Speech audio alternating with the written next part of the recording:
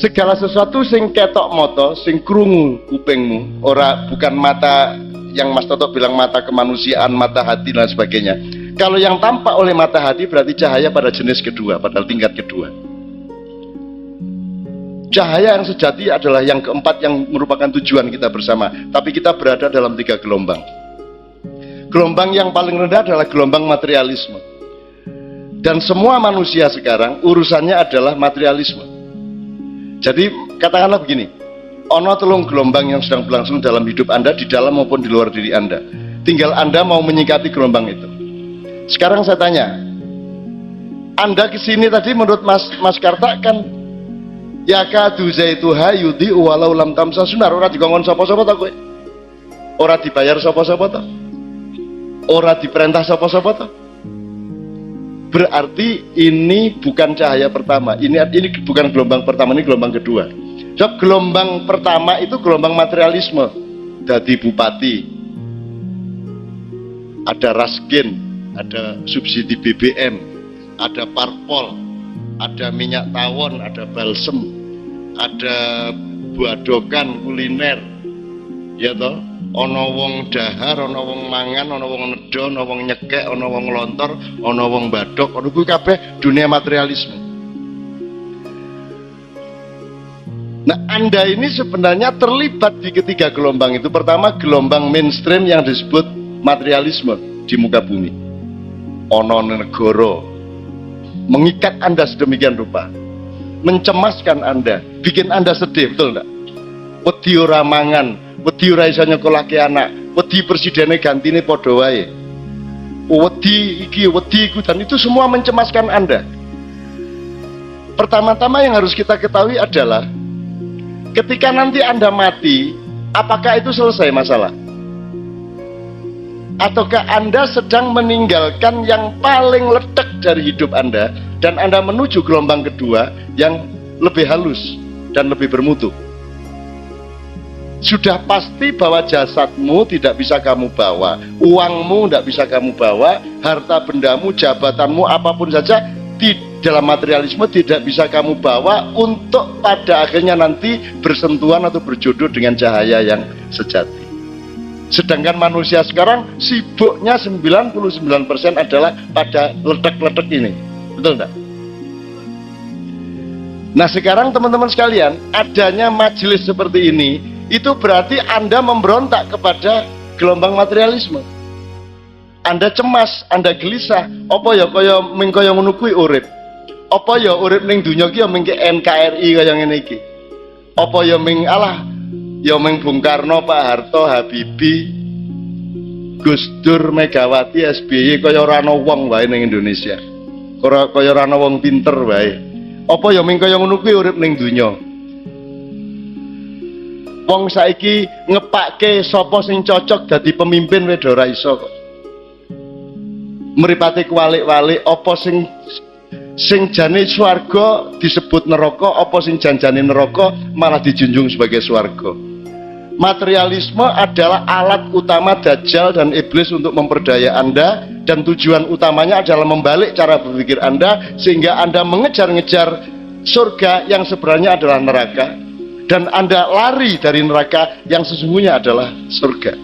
Nah, di sini ini gelombang kedua, di mana Anda rene iki mergo kowe ora pati aman to karo gelombang pertama. Atimu aman ra karo Indonesia iki? Aman mboten? Tidak aman. Sebagai apapun Anda tidak aman, sebagai manusia tidak aman, sebagai warga negara tidak aman, sebagai orang Islam tidak aman, ya, sebagai orang Jawa tidak aman, sebagai apa saja tidak aman.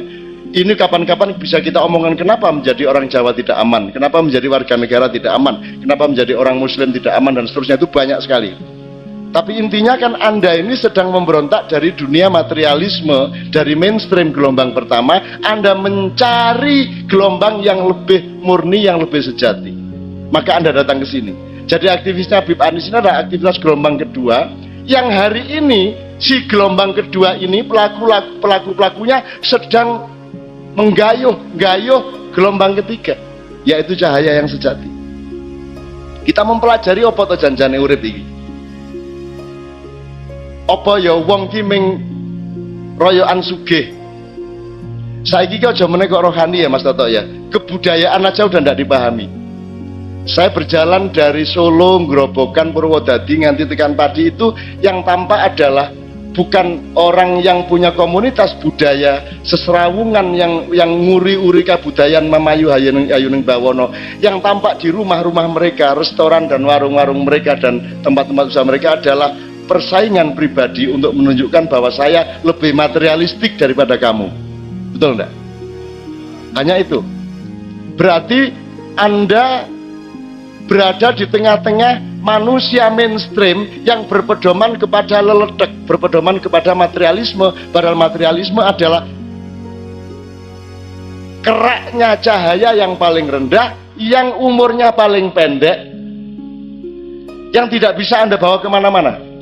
Sedangkan perjalananmu masih sangat jauh menuju wadkhuli fi ibadi wadkhuli jannati. Dan yang dipanggil oleh Allah wadkhuli fi ibadi wadkhuli jannati adalah ya ayyatuhal mutmainnah, wong sing wis ngrasake, wis tekan, wis iso ngrasake tentrem sing sejati ning jerone awake. Wong sing wis mutmainnah. Mutmainnah wis ora kepencrut karo donya. Ya mangan tetep mangan ning ora njur mangan kuwi dadi nomor siji. Ya golek bojo ya sing ayu ning ngerti to ayu ki ya pirang tahun to ya. Wong guwa wae nek bendina dileboni saya ombo. Kuwi guwa. Kan begitu.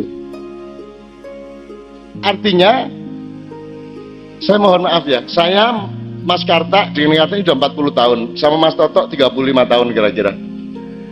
Sampai sekarang tidak berubah. Kami berada di gelombang kedua yang mencari gelombang ketiga. Anda lihat ada berapa grup dari God Bless, dari zaman Ucok Harahap, sampai Kus Plus, sampai Panbers, Mersis, Ebit GAD, sampai zaman Noah sekarang. Leto, oke. Ya, oke. Yang ingin saya katakan kepada Anda, saya tidak pernah meningkat sejak itu sampai sekarang. Karena yang disebut peningkatan yang Anda maksud adalah peningkatan materialisme. Saya sugih, saya kondang, gitu kan, saya dadi. Sementara sejak saya kenal beliau, saya umur 19 tahun,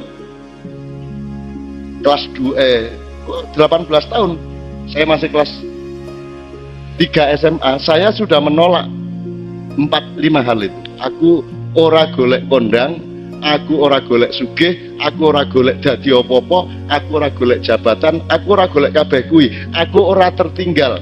Nek bangsa Indonesia disebut bangsa terbelakang, aku ora terbelakang. Kita kan disuruh jadi bangsa yang maju. Terus kita sebut ada kemajuan, itu maksudnya saya sugih ngono toh. Saya tidak mau dari dulu. Itu bukan tujuan saya, jadi saya tidak pernah tertinggal oleh orang barat. Kalau menurut saya pribadi, orang barat jauh di belakang saya. Saya tidak taat kepada semua dunia materialisme. Aku tidak taat kepada dokter, aku tidak taat kepada, aku diikat oleh hukum, aku mau taat hukum. Bilang sama ahli-ahli hukum dan perangkat-perangkat hukum Indonesia bahwa saya tidak mau taat hukum Indonesia. Kenapa? Karena yakadu zaitu hayudi walau tamsa sunar. Kowe nggawe aturan pora, aku tetep dadi wong apik arep ngopo kowe. Ora arep nyolong, ora arep nglanggar apa-apa. Ning ora mergo kok kongkon. Nek kowe aku kon pelajari hukum tersinggung aku. Wong isine mung barang siapa, mengarani aku meneh. Aku ora barang siapa mencuri, barang siapa mengambil. Wingi iki aku karo Mas Toto itu sama Kiai Kanjeng ke Mamuju naik pesawat, 1 jam sebelum mendarat sudah takjil maghrib tiba. Lion Air tidak menyediakan atau air apalagi jajan, dan mereka kayaknya tidak ingat bahwa ini bulan puasa. Jadi ketika duri malah ada pengumuman, barang siapa mengambil pelampung akan mendapatkan hukuman. Loh, iki kira ngekei takjil malah ngarani arep mangan pelampung gila. Lah ngono ta perasaane ning pesawat iki dadi guyu kabeh Kiai Kanjeng asu iki. Wis ora takjilan malah dianggap arep ngrikiti pelampung.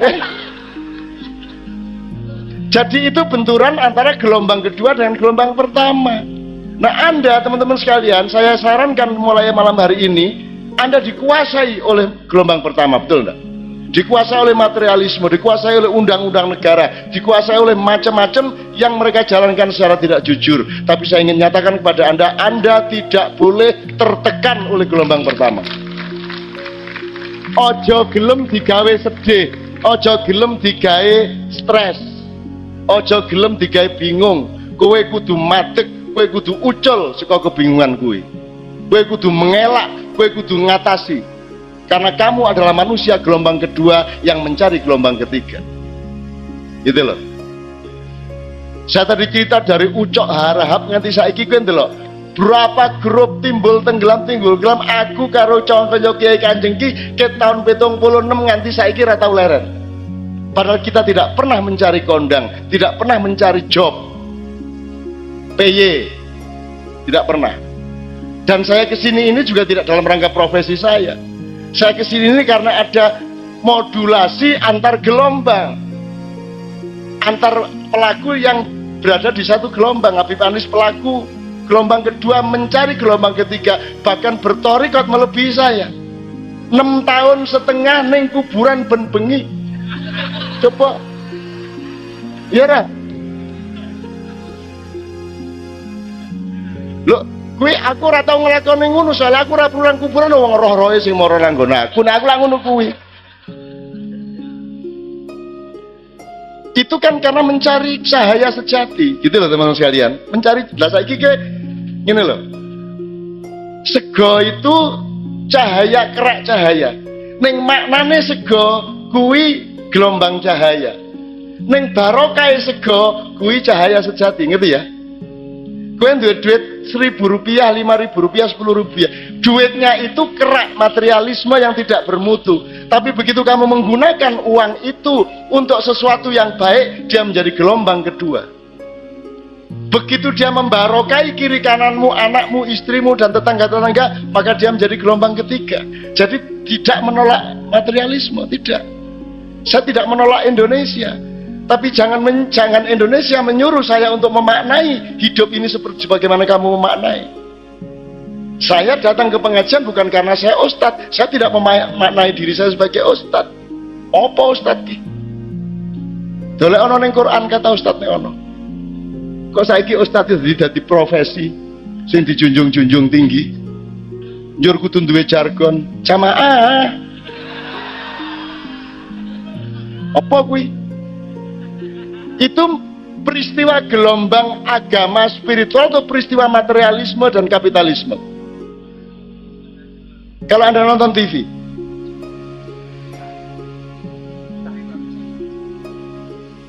ya saya tidak akan, ya sudah lama saya bertahun-tahun diminta untuk membintangi pemimpin harus bejo.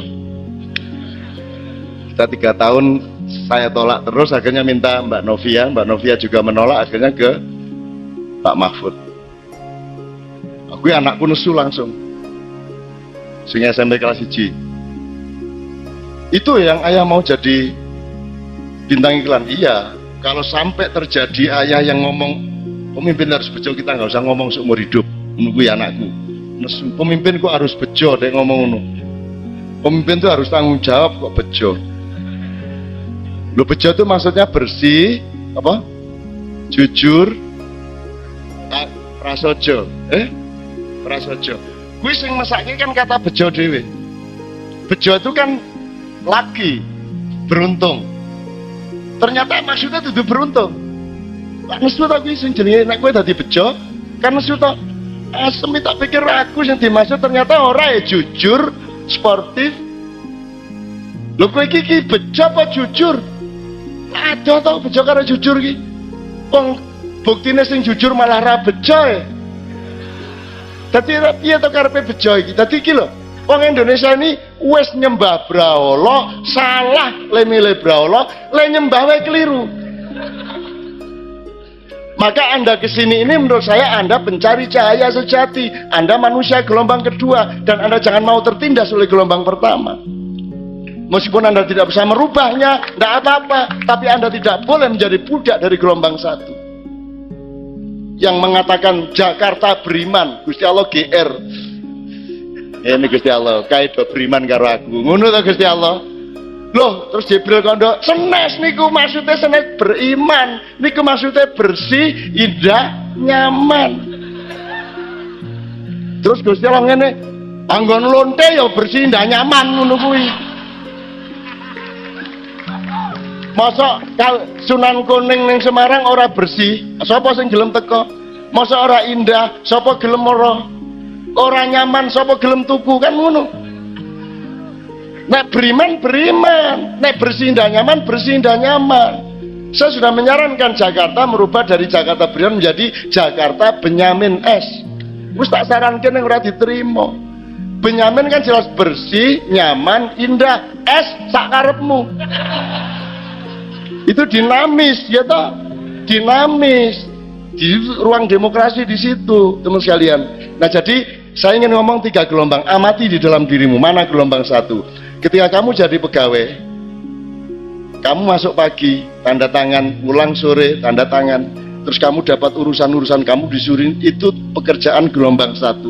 Tapi dia bisa menjadi gelombang 2 tergantung caramu memaknai. Kan gitu. Ora apa-apa kok dadi satpam ning gereja ya ora apa-apa. Ning lemu memaknai apa? Kan begitu. Apa njur nek kowe dadi satpam ning gereja njur melu dosane wong Kristen, misale ngono. Lah ya ora to. Oh Gusti Allah pekok ngono kuwi. Lah ya ora. Masa Tuhan ngukurnya begitu? Nek tuku apa-apa kudu didelok sing dodol wong Islam apa dudu ngono. Piye carane? Nek nolong kudu didelok yo ana wong kaliren sik Islam ta dudu, nek Islam ditolong ngono kuwi. Carane nolong.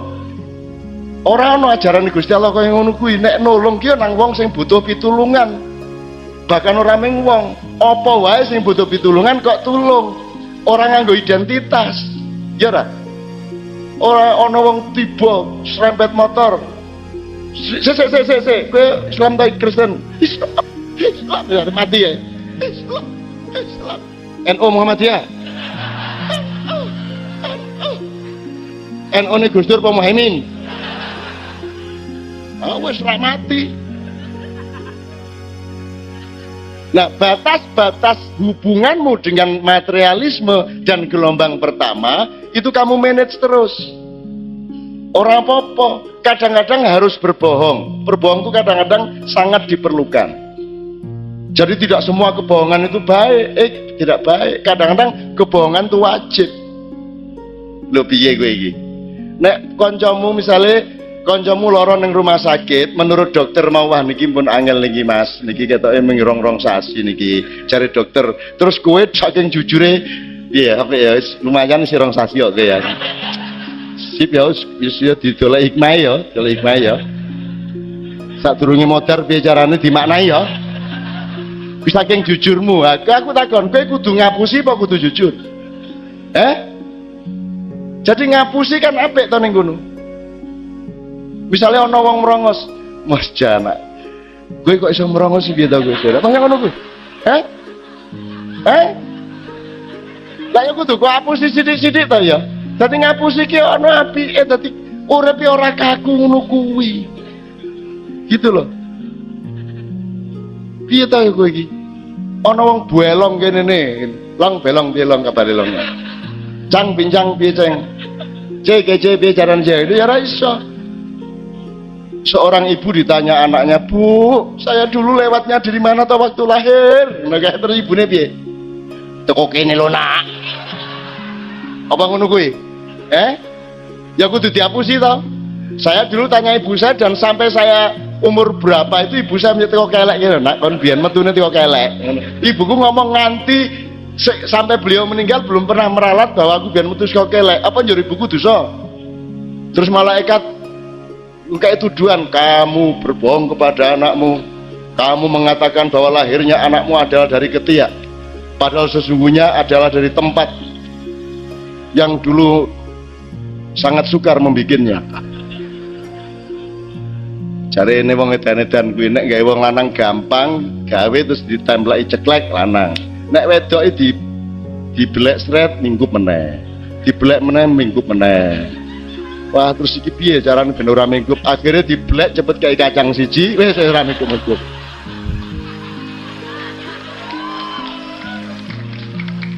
Aku cintane bangsa ngene-ngene iki ngono-ngono kuwi. Dadi ora ana wong alim, kita tuh ikhlas-ikhlas saja ngomong ngono ki kan dalam rangka mensyukuri ta ya. Kowe nek ora ana kacang kan ya menyesal ta ya kowe. Ya kowe mulane saiki iki kowe dadi ahli kacang. Oke, saya kira cukup.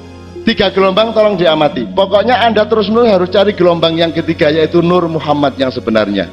Pemanaan budayanya sangat bagus tadi. Pokoknya kowe iki ikhlas wae. Ikhlas lakonono wae. Lakonono kowe rasa dikongkon kowe apik dadi wong. Rasane hukum ora nyolong gitu loh. Tetap berbuat baik. Lakukan ihsan. Ihsan itu adalah kebaikan yang engkau lakukan meskipun tidak disuruh, meskipun tidak dianjurkan. Itu ya. Assalamualaikum warahmatullahi wabarakatuh. Alhamdulillah 2 kali di Pati ketemu Cak Nun. Semoga dapat benar-benar memberikan pencerahan terhadap kita. Kaitannya dengan tingkatan cahaya untuk mencapai kepada Tuhan, itu saya akan menyampaikan sebuah sedikit anekdot. Ada seorang kaya raya yang mempunyai 4 orang istri. Orang kaya raya tadi mendekati sakaratul maut, maka dipanggillah istri yang keempat, yang paling cantik dan paling muda. Istriku, akan mencurahkan isi hatiku kepadamu. Kalau aku meninggal dunia, maukah engkau menemani aku karena aku sangat ketakutan di dalam kubur? Istri pertama, istri keempat yang masih cantik dan masih muda itu langsung menjawab, aku tidak sanggup, aku masih muda. Justru setelah Anda meninggal, aku masih punya kesempatan untuk menikah lagi. Aku jujur kepada Kanda. Karena kecewa, maka dipanggillah istri yang ketiga. Ia mencurahkan lagi isi hatinya. Istri ketiga masih agak muda. Dia menolak. Justru Kanda, kalau meninggal dunia, aku akan mengadakan selamatan besar-besaran. Dan jujur, aku akan menikah lagi karena aku masih muda. Istri yang kedua juga dibegitukan. Kemudian sampai istri yang pertama, yang notabene seorang perempuan yang sangat top. Top itu singkatan tua ompong perot. Jadi istri yang pertama dicurai, maukah, sanggupkah kamu untuk menemani aku di kubur? Kemudian sang istri menjawab, aku akan setia menemani kau di kubur. Siapa istri pertama tadi? Amal jariah kita. Jadi pencapaian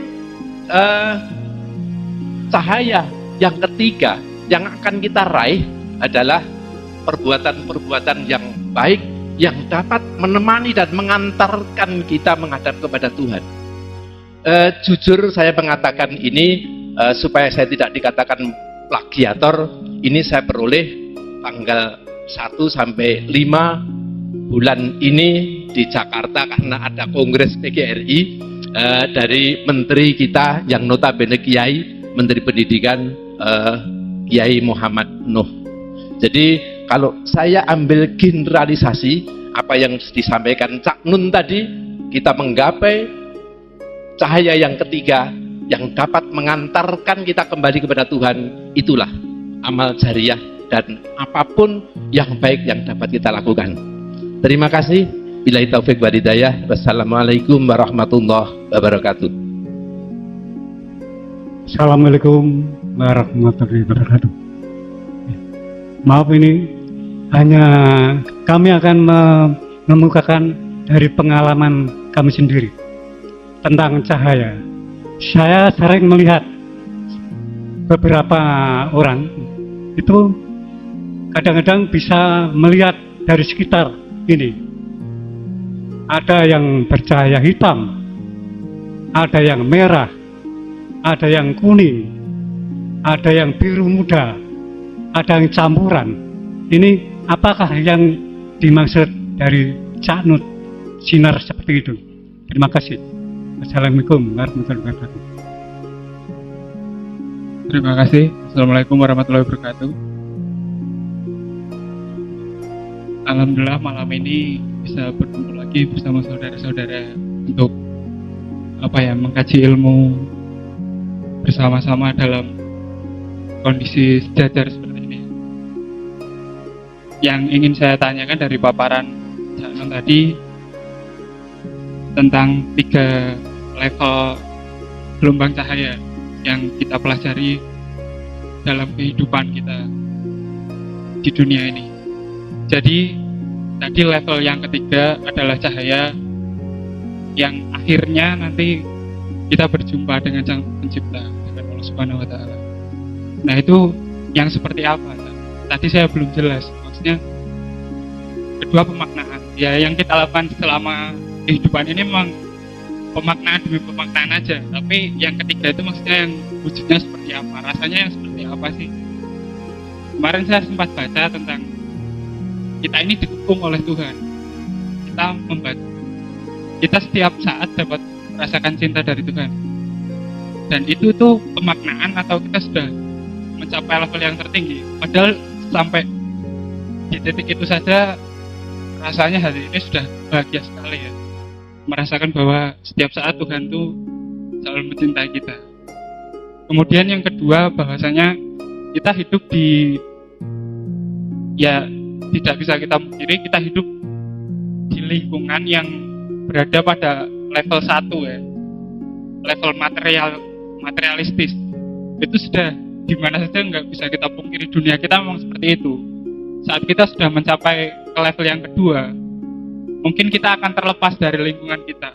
Kita seperti sendiri, seperti seseorang yang sendiri yang nggak punya teman dengan pemahaman yang berbeda. Gitu ya Cak Nun. Jadi yang saya bingungkan adalah jika kita sudah mulai terlepas dengan lingkungan itu, orang-orang memaknai kehidupan adalah soal materi. Sedangkan kita sudah masuk ke taraf pemaknaan dari materi itu seperti udah nggak nyambung gitu loh. Dan bisa aja banyak orang yang dikatakan gila saat memiliki pandangan yang berbeda dengan orang lain.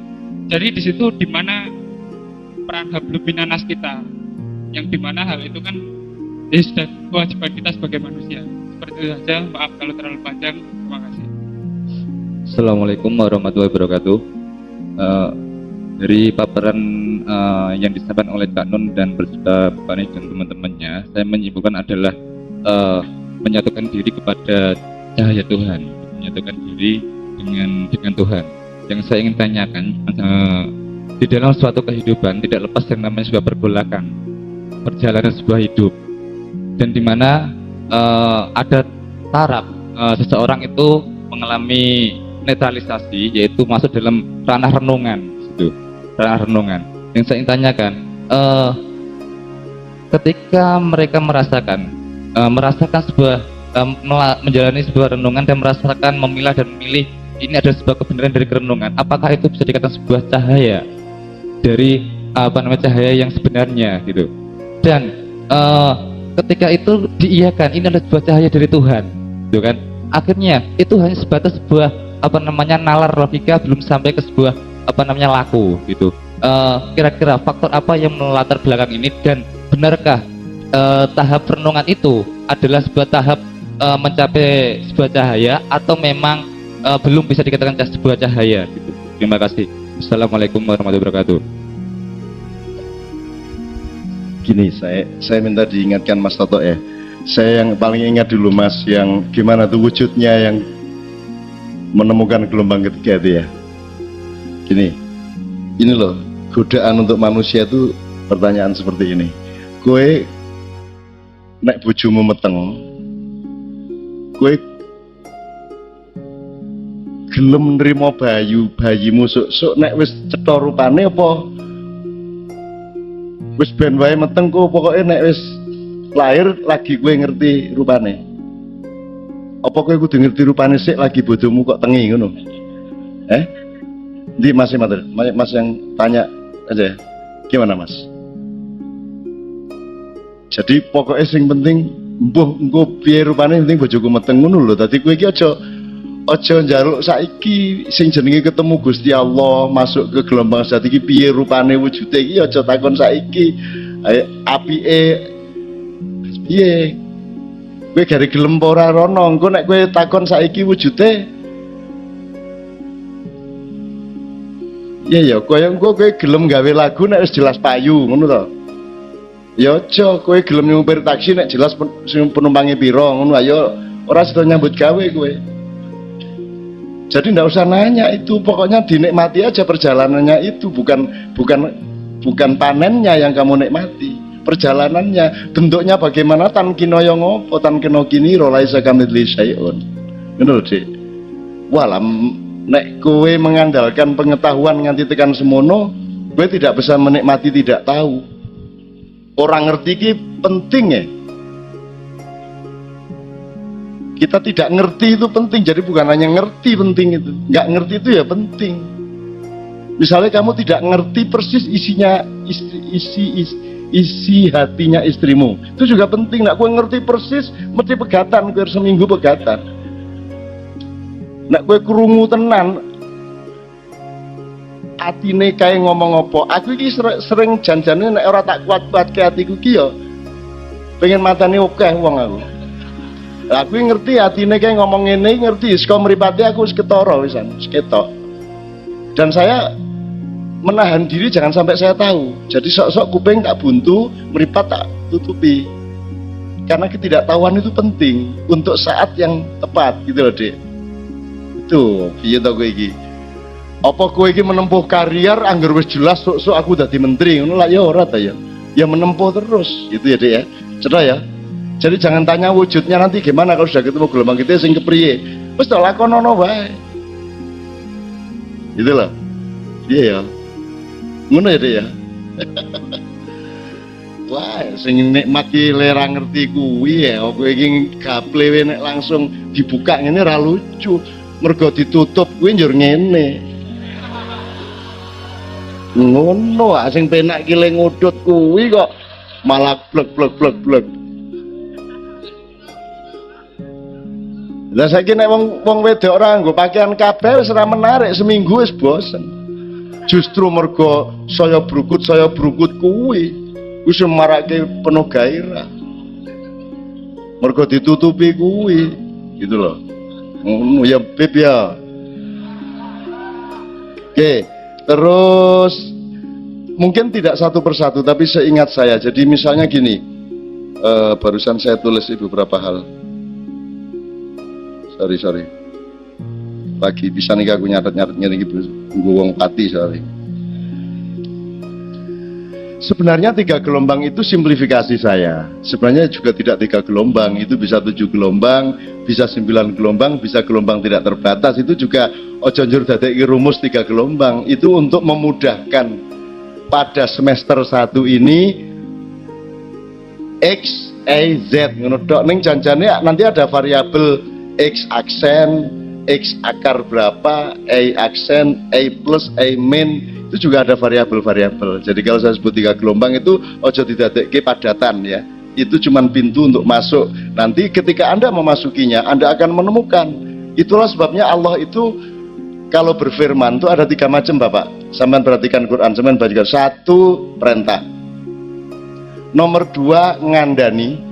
Nomor 3 rembuk. Jadi Allah itu ada firman yang sifatnya rembuk. Rembuk ki ora dikandani tenanan kowe. Misale Ashabul Kahfi ki pira ki karo istilah nganti akhir Al-Kahfi ora dikandani. Ana sing ngarani 3, ana sing ngarani 5, ana sing ngarani 7 kan ngono. Dan itu tidak akan pernah dibuka. Dan kowe aja njaluk dibuka. Cethane pira iki? Rasa ngono kuwi. Oh sing penak ki ra cetha kuwi kok. Jadi Anda ini belum mengerti nikmatnya misteri. Tolong dinikmati. Jadi yang kamu maknai itu bukan hanya pengetahuan, ketidaktahuan juga tolong dimaknai. Itu juga indah luar biasa. Dan rumus pemanaan yang paling tinggi adalah kecerdasan bersyukur. Wong saiki iki ora pinter bersyukur ki apa? Dadi mulane ora indah uripe. Semakin tinggi kecerdasanmu untuk bersyukur, semakin indah hidup ini. Ngono kira-kira. Oh nganti sing paling ora penak wae iso dimaknai dengan rasa syukur dadi indah kok. Tenan kuwi. Kalau kamu nanti punya anak, selesai hidupmu enak.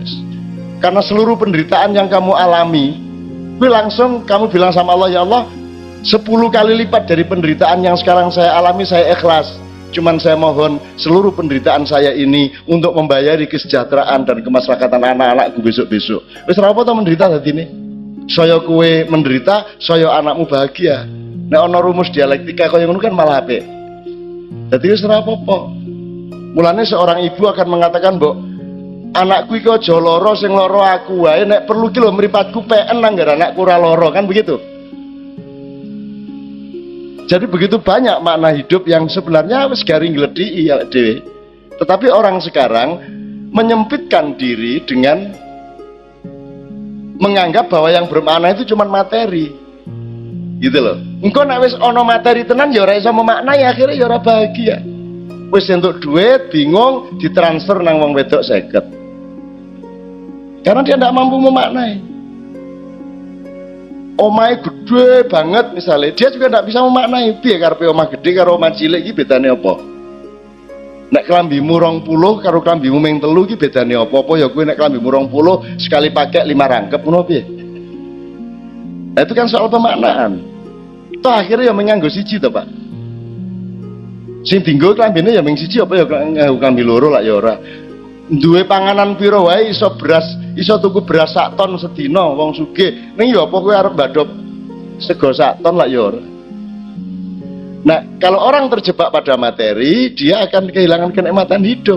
Dan itu yang terjadi di Indonesia. Orang berebut cari duit, berebut korupsi, itu pun gagal.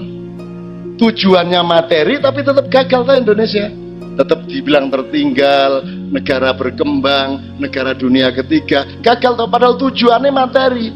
Nah, aku bilang sama kamu, negara-negara lain itu tujuannya bukan materi, maka mereka malah menang soal materi. Sebab energi muntak tinggung golek duit, akhirnya apa jenenge, untuk pemanaan yang lain kamu sudah kehabisan energi. Misalnya aku sering ngekei contoh, tukang becak iki nggo golek duit kan sedina orang nganti seperempat jam 20 menit. Le becak sedina. Ning le ngentekke energi untuk golek duit lah nek mung pas nyang-nyangan kuwi tok. Pak Tengantara wis pinten Pak, nggih Kang Waos 2500 Pak. Angipun 2,750 lah. Lah pas itu tok dia cari duit. Begitu mulai ngenjot isih batin duit ora. Begitu ngenjot kan wis mesti entuk duit toh. Masa kowe isih mikir duit? Begitu ngenjot, itulah giliran untuk memaknai becak. Alhamdulillah aku iso becak. Ambok sak ampu-ampue wali kota nek wani becak kaya aku totoan driji. Tetep aku sing luwih ampuh mergo aku wani becak. Kebanyakan orang ora wani becak. Ya ta, Pak? Ya ta? Lho kuwi lek makna to? Kabeh wong cak mau jadi presiden. Oh aku ora dadi presiden wani kok pemenang dadi presiden. Ora dadi wani kok. Ora dadi apa-apa iki lho wani, apa meneh dadi apa-apa. Jadi bukan tantangan untuk menjadi apa-apa bagi saya. Yang tantangan adalah orang duwe apa-apa ora dadi apa-apa wani kowe. Kejaman biyen aku karo Habib Anisi nang Tayu nang gone Kangmu nang gone Kang Ahmad ning Kudus. Ki yo ngene iki aku ora berubah. Secara karier keduniaan ora tahu berkembang aku. Gitu loh. Ora tahu berkembang. Ndolek duit ora tahu aku. Emoh aku ngelakoni apa-apa dengan tujuan ndolek duit. Kuwi ngremehke Gusti Allah. Yo kerja wae, kerja. Apa rep iki ana sewan mobil nang Klaten ning rong dina rong bengi. Iya Cak, wis aku entuk pira sing nyetir entuk pira ngono. Nyambut gawe wae tak nikmati. Perkara entuk duit pira, lah Gusti Allah sing tanggung jawab nang aku wae. Sak ngel-ngel gawe aku mosok ora tanggung jawab. Iya toh? Emang Allah enggak tanggung jawab. Kok kowe njurung diewangi nyolong-nyolong, kuwi lak ngersula sing gawe kowe. Pisuwe lho kowe bendina karo Gusti Allah. Tujuane Gusti Allah itu aku nek aku nambah sedina mesu ping 3000. Asu rumangsane aku kurang kek rezeki wae diewangi nyolong-nyolong asu bajingan ngono kan. Bayangke nek aku Gusti Allah mesti misah misuh kata bendino. Aku yang gawe iki tenanan, aku iki tanggung jawab gitu loh. Aku melindungi, aku ngekei fasilitas, aku ngekei rezeki. Wong aku sing gawe. Lah ngono ta ya? Lah kok sing tak gawe iki sing tak ciptake kok ora percaya karo sing gawe. Diwangi nyolong rono nyikut rene nyabot rono. Lah ngono ta? Maka sekarang teman-teman sekalian, kalau kita kembali ke perjalanan ini, Anda di gelombang kedua katakan, maka Anda berada di sini karena Anda manusia gelombang kedua.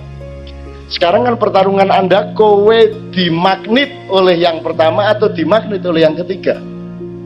Kowe dhewe cenderung pengen apa? Kamu ingin diserap Allah atau diserap oleh batu bata? Kan begitu ceritanya. Ya pasti Anda memilih diserap oleh Allah. Dan tolong bertahan, jangan tanya bentuknya diserap oleh Allah piye ya. Misteri ini malah ning kono kuwi ya. Mulane Nabi Khidir ki kudungan, pakai kerudung. Ming sithik banget raine sing ketok. Karena dia lambang dari keindahan hidup. Bukan dibuka breng ngono malah. Mulane wong lanang iki ora di aurate ming semene to. Tutup auratnya. Kalau mau itu lah rodo. Soalnya wong lanang ora perlu dilarang-larang buka aurat. Rumangsamu menarik mah piye? Ambek kowe buka kaya ngapa malah melayu to doan jujiki banget to. Dadi ora perlu aturan to nek wong wedok ki rada ana saat-saat yang menarik sehingga dikongkon nutupi kan gitu. Nek wong lanang ki ora perlu hukum. Awas, tutupi. Ngono kae ora usah. Ambek bukaan modaro kowe, melayu kabeh malahan. Wong kaya ngono kuwi bentuke kok ya toh. Gitu. Oke, jadi diserap oleh satu atau diserap oleh ketiga. Dan Anda punya kecenderungan untuk menyerapkan diri ke gelombang satu atau menyerapkan diri ke gelombang tiga. Kalau Anda percaya sama kami, sama kita semua ya, yang di sini ini sementara, yang di sini abadi, yang di sini sempit, di sini luas. Di sini dangkal, di sini mendalam, di sini rendah, di sini tinggi. Kon milih ndi? Gelombang satu ciri-cirinya dangkal, rendah, sementara, tidak punya martabat. Itu ciri-ciri gelombang satu. Kadunyan, pokoknya bangsa kerak. Gelombang ketiga ciri-cirinya keluasan, yaitu alwasi. Ciri-cirinya ketentraman, ciri-cirinya kedalaman, intimitas, kedekatan, nyawiji. Kowe nek karo materi ra iso nyawiji. Piye carane wong kowe karo bojomu, kowe pelukan erat, kuwi sing nempel berapa persen dari tubuhmu? Coba dihitung. Kowe nempel lho iki, padha mudane ya, ngene iki. Kuwi sing nempel pirang persen? Ana 30%. Ndak ada, jadi nek materi ndak bisa nyawiji, ndak bisa bertauhid sama materi kamu. Pasti kamu akan meninggalkan dan pasti kamu akan ditinggalkan. Jadi untuk apa itu kamu nomor satukan? Dunia penting, tapi dia bukan skala prioritas nomor satu. Karena sehebat-hebat dunia, seberapapun pencapaian duniamu, akhirnya dia masih tergantung pada gelombang ketiga, yaitu pemaknaan atas harta itu.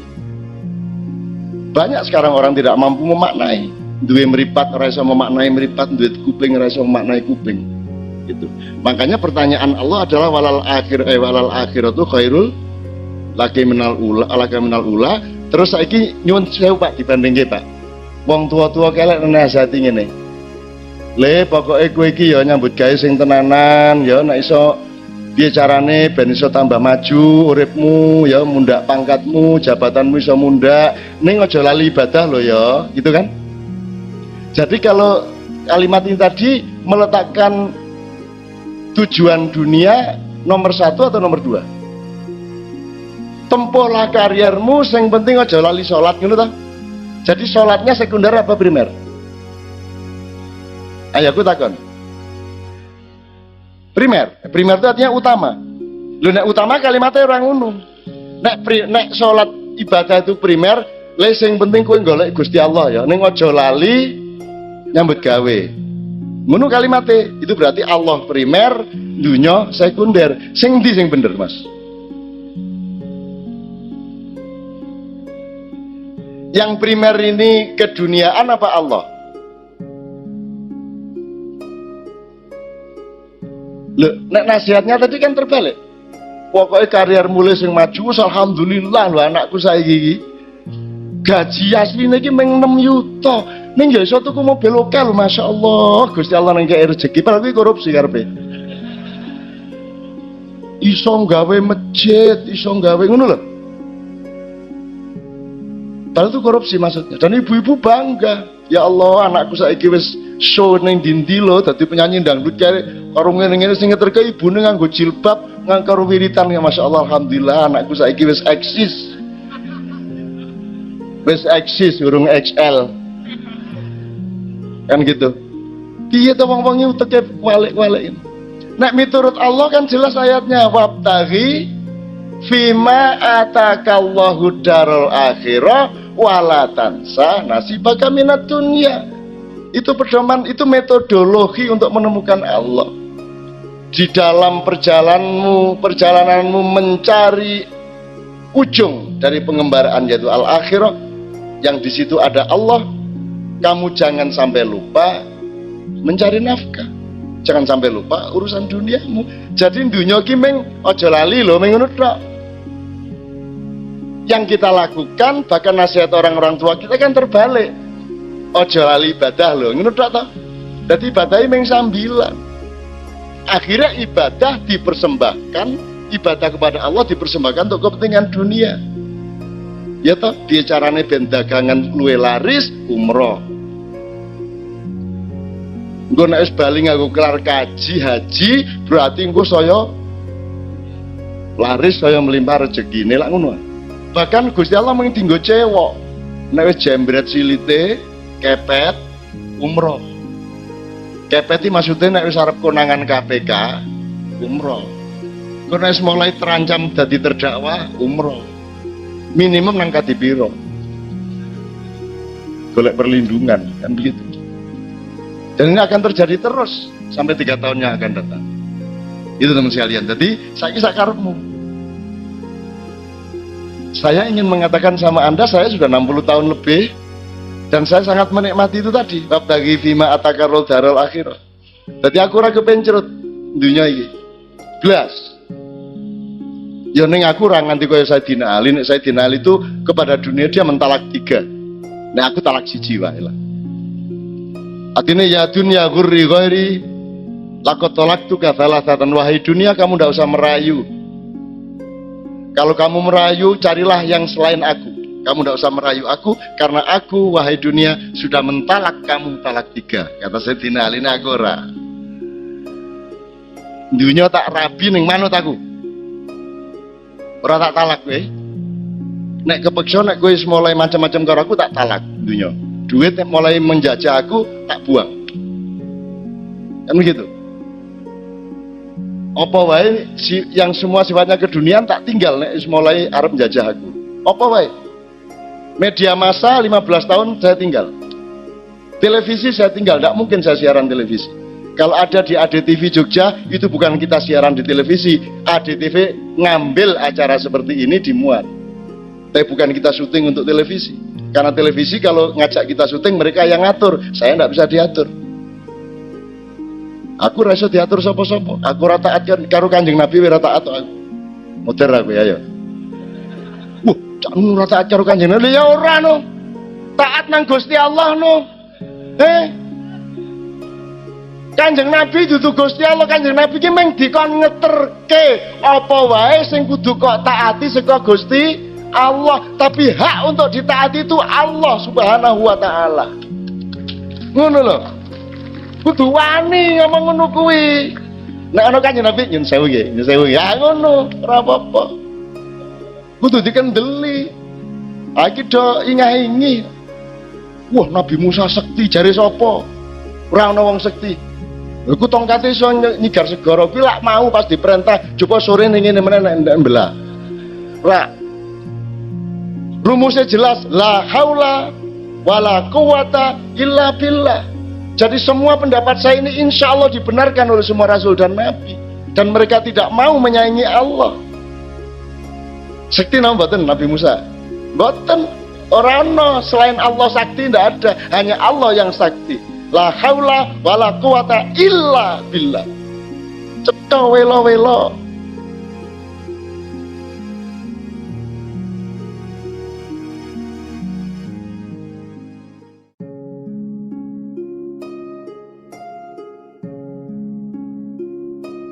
Assalamualaikum warahmatullahi wabarakatuh.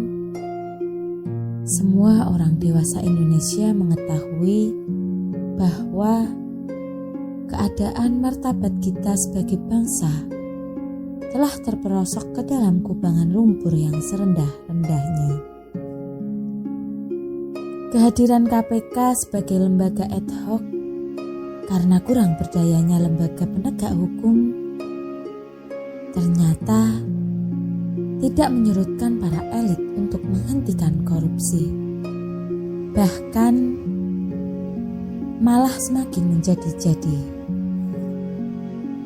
Yang menggelikan dalam pandangan banyak orang, biasanya ketika para koruptor itu disorot televisi, mereka malah menebarkan senyum manisnya terhadap pertanyaan yang disodorkan kepadanya.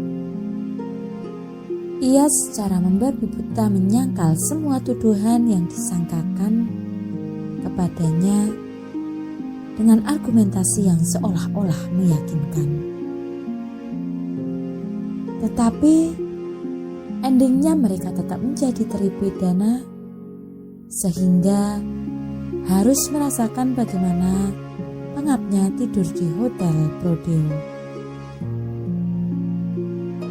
Bandingkan misalnya dengan para penjahat kecil seperti pencuri, penjamret, maling ayam, penipu kelas teri, dan seterusnya yang rata-rata mereka menutup wajahnya ketika disorot kamera televisi.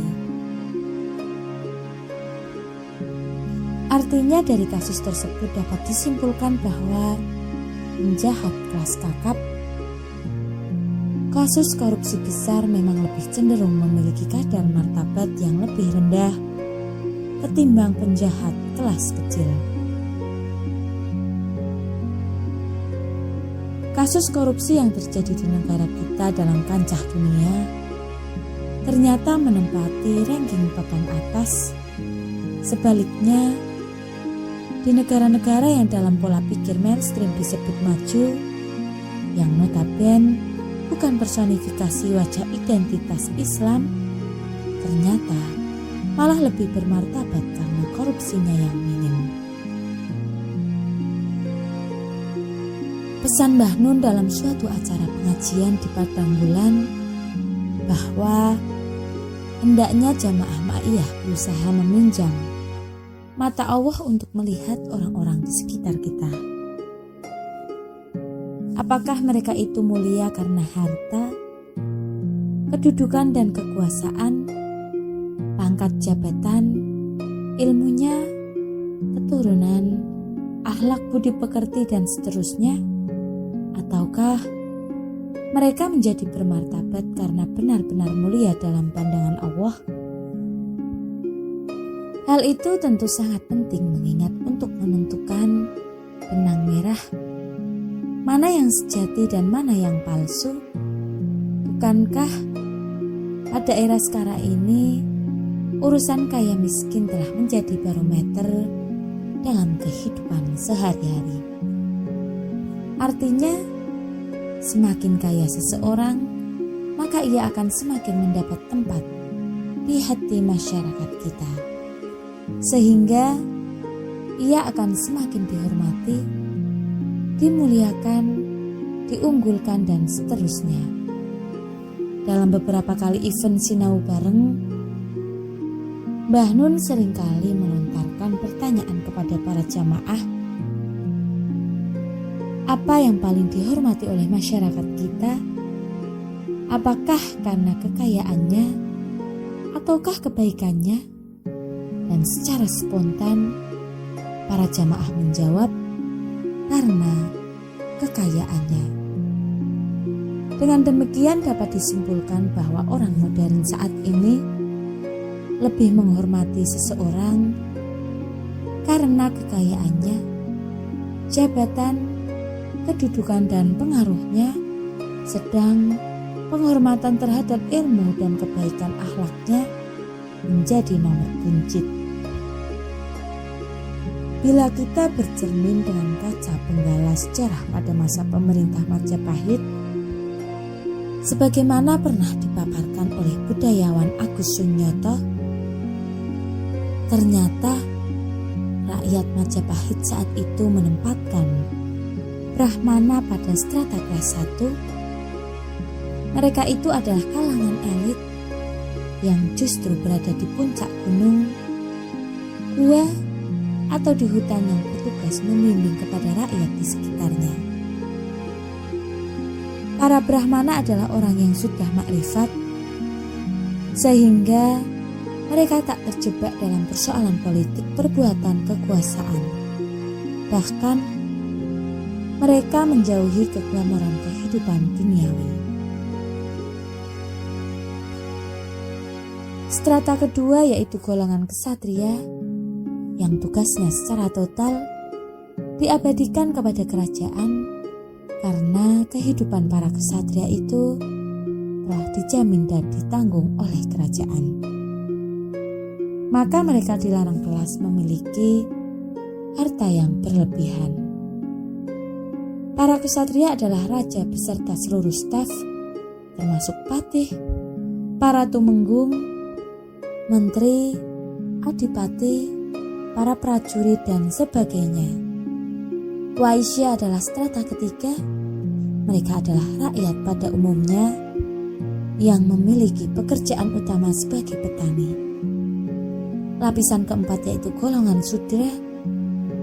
Ada salah kaprah dalam memaknai golongan sudra yang secara umum diartikan sebagai orang miskin. Justru sebaliknya, golongan sudra itu adalah mereka yang bekerja berkaitan erat dengan materi keduniawaan, seperti para sudagar, para rentenir, para tuan tanah, atau mereka yang memiliki kekayaan secara berlebihan. Karena kehidupan golongan sudra itu lengket dengan faktor keduniawian, maka mereka dilarang keras bicara soal agama, kitab suci, dan kebenaran. Tidak berhenti pada golongan sudra saja, tetapi ada pula golongan yang lebih rendah lagi, yaitu golongan candala dan pleha. Golongan candala pada dasarnya orang-orang yang memiliki pekerjaan sebagai pembunuh atau jagal, bahkan termasuk algojo, petugas kerajaan yang tugasnya menghukum mati orang yang telah divonis mati. Sedang golongan pleha yaitu orang-orang asing yang tinggal di kerajaan, yang mereka itu hanya boleh menjadi pembantu atau pelayan saja. Dari urian di atas, ada beberapa hal yang patut menjadi renungan kita. Pertama, agama Islam tidak bisa berkembang selama sekitar 7 abad karena pembawa syiarnya adalah kaum sudagar. Dari Gujarat yang dalam strata masyarakat kerajaan Majapahit saat itu, termasuk golongan sudra. Agama Islam baru berkembang pesat setelah kedatangan para wali songo di tanah Jawa yang diparakarsai, terutama oleh Sunan Ampel dan Syekh Maulana Ishaq. Mengapa demikian? Karena pariwala songo identik dengan level kasta Brahmana yang memiliki spiritualitas tinggi, suci, jauh dari hasrat duniawi, memiliki wawasan budaya, dan seterusnya. Kedua, betapa jauhnya kesadaran masyarakat kerajaan Majapahit dengan masyarakat modern sekarang ini. Bila masyarakat Majapahit saat itu sangat menghormati dan memuliakan kepada orang yang berakhlak mulia, tetapi masyarakat kita sekarang justru memuliakan dan memberikan penghormatan kepada orang kaya. Padahal kalau hanya sekedar menjadi orang kaya saja, pada zaman Majapahit hanya dimasukkan dalam kategori kaum sudra yang tidak dihormati. Budayawan Sujiwo Tujo pernah melontarkan sindiran kepada televisi di hadapan Mbah Nun ketika tampil di acara Kenduri Cinta di Jakarta. Menurut Tejo, pihak televisi tidak berani menampilkan Mbah Nun karena dianggap pemirsa di televisi tidak mampu menjangkau pemikiran budayawan kelahiran Jombang tersebut. Jika para dai di televisi lebih banyak membahas tentang fikih, tetapi jangkauan pemikiran Mbah Nun lebih luas dari itu. Ketika seseorang yang sudah mempunyai wudhu tiba-tiba kentut sehingga wudhunya batal, maka bukan bagian pantatnya yang dibasuh, melainkan wajahnya ketika wudhu. Mengapa demikian? Sebab wajah merupakan simbol dari martabat kita. Tak pelak ketika seseorang merasa malu karena melakukan korupsi, maka yang ditutupi adalah wajahnya. Wajah mewakili diri kita, sebagaimana ketika kita dalam sholat membaca doa iftitah setelah takbiratul ihram. Ada slogan mengenai jati diri orang Jawa yang telah merdeka jiwa raganya, yakni Bayasiro arso mardi mardikan haiwa samar sumingkiring durka murkan. Barang siapa mengupayakan kemerdekaan jiwa yang sejati, hendaknya menyingkirkan nafsu angkara murka. Orang Jawa ternyata juga memiliki persinggungan yang sangat erat antara suami dan istri, bahwa istri merupakan kehormatan bagi sang suami. Begitu sebaliknya, dalam konteks ini, ia merupakan bagian penting dari identifikasi orang Jawa. Sekian yang dapat kami sampaikan. Wassalamualaikum warahmatullahi wabarakatuh.